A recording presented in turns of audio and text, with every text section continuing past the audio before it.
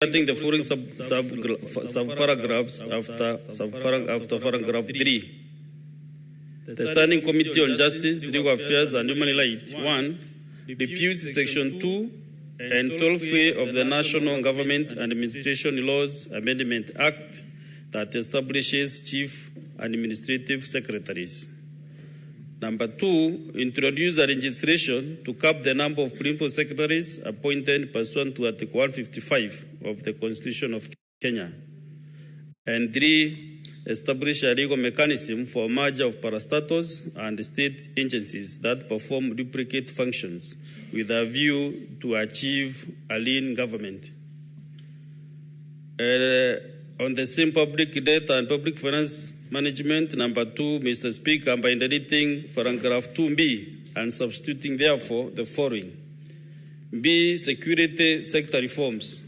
The Standing Committee on National Security, Defense and Foreign Affairs, 1, engages with the National Police Service on matters of security and standard operating procedures for handling demonstrations. 2, engages the government to compensate all persons whose property, both movable and immovable, were damaged or lost due to the demonstrations. And 3, engages the National Police Service to fast-track insurance compensation to police officers who either lost their lives or suffered injuries as a result of the demonstrations.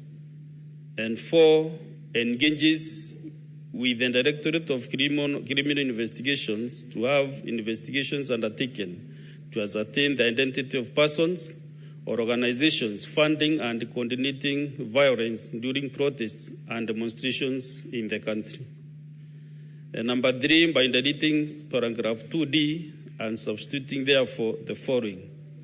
D, equal opportunities for all Kenyans.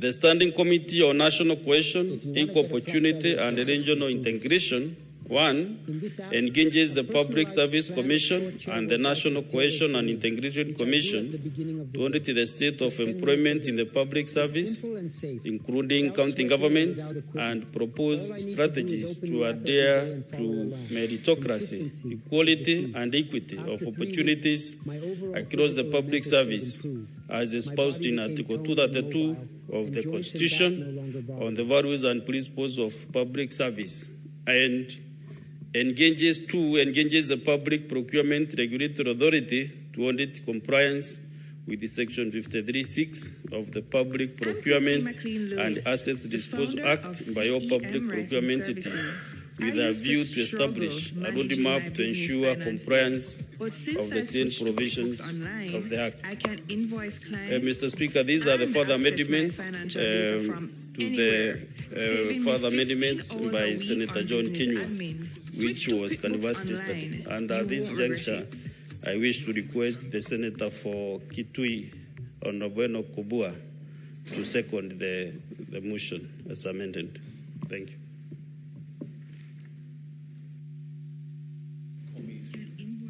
Mr. Speaker, these are the further amendments to the further amendments by Senator John Kinyua, which was canvassed yesterday. Thank you, the Speaker. The Speaker is waiting for you to call upon me to second. But I've gotten the nod from you. Proceed. You may proceed to second. Thank you, the Speaker, because I don't receive instructions from a fellow senator to second motions. Thank you, Mr. Speaker. I will only say two things. First, I beg to second.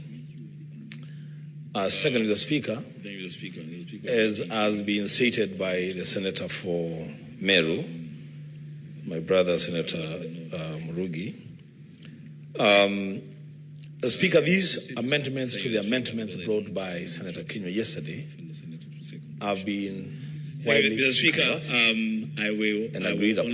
And the reason for bringing further amendments to the initial amendments is to try as much as possible to carry everyone on board so that we move with this motion as the Senate of the Republic of Kenya without undue regard to political parties affiliations. So the motion as amended in the amendments, was an attempt by both sides of the House to carry every senator on board. The second thing that I want to say about these amendments is to allay the fears from certain quarters that maybe there are some senators who are stonewalling on a matter as important as this. This is a national issue, a bipartisan issue, and we wish to move with it as such. And I want to take this opportunity to specifically thank the senators who have brought these amendments to the amendments. I want to thank Senator for Meru for realizing and drawing the attention of the House that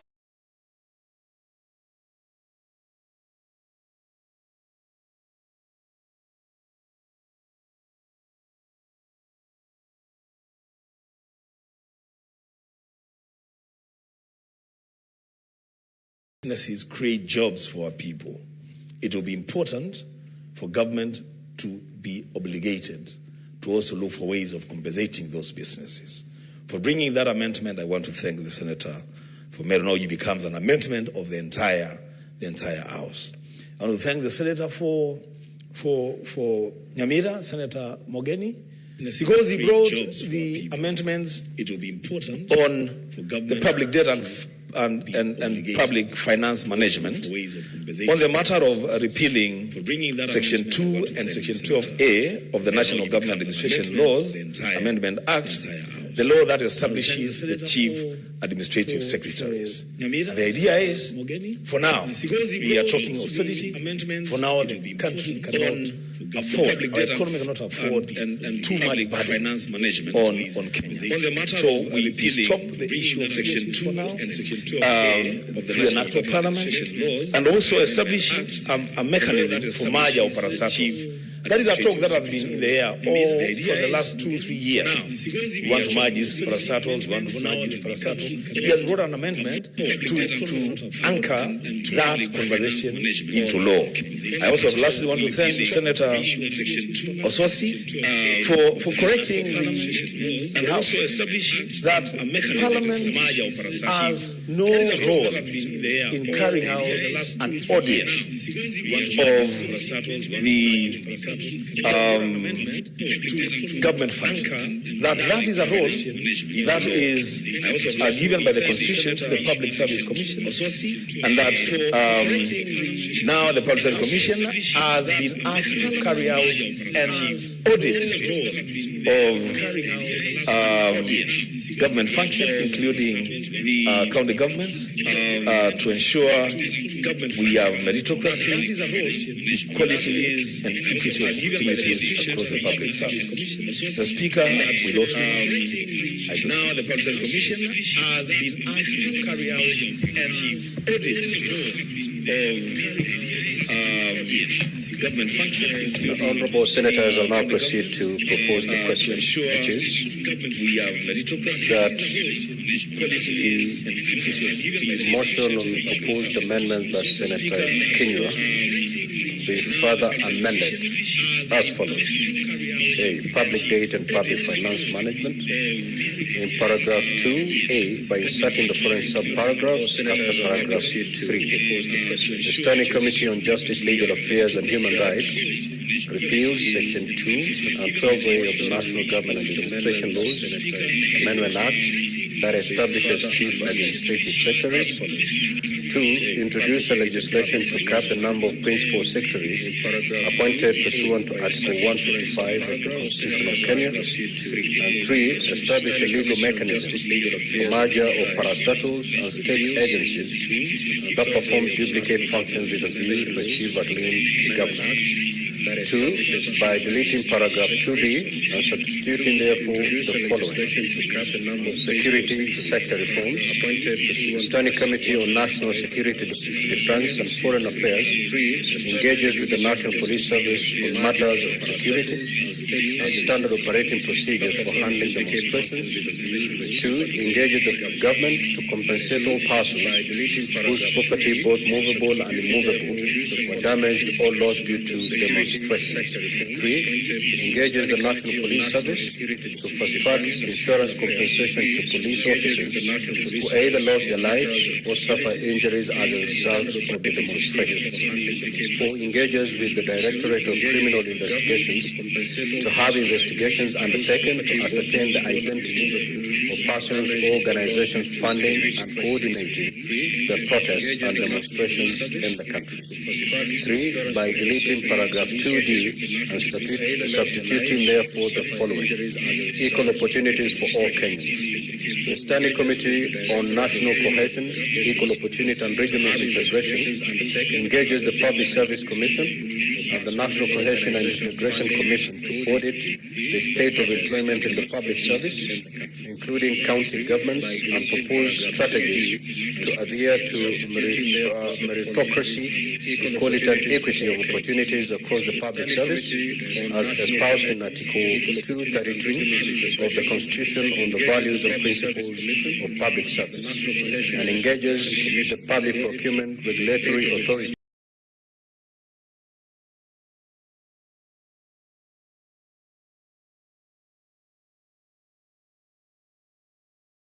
with a view to establish a roadmap to ensure compliance of the said provisions of this Act. Now, Honorable Senators, at this juncture, the floor is open to debate these amendments.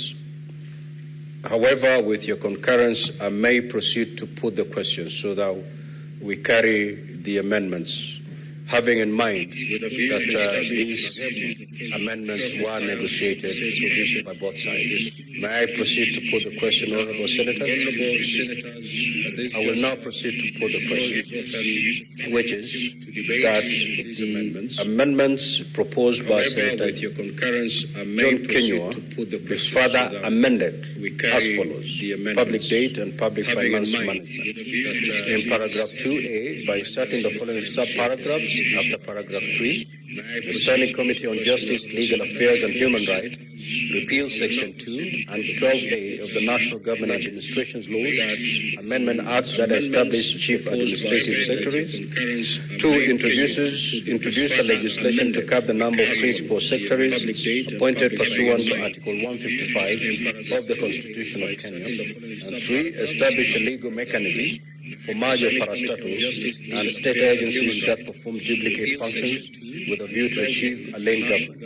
2, by deleting paragraph 2B and substituting therefore the following: security sector reforms. The Standing Committee on National Security, Defense and Foreign Affairs engages with the National Police Service on matters of security and standard operating procedures for handling demonstrations. 2, engages the government to compensate all persons whose property, both movable and immovable, were damaged or lost due to the demonstration. 3, engages the National Police Service to fast-track insurance compensation to police officers who either lost their lives or suffered injuries as a result of the demonstrations. And 4, engages with the Directorate of Criminal Investigations to have investigations that are taken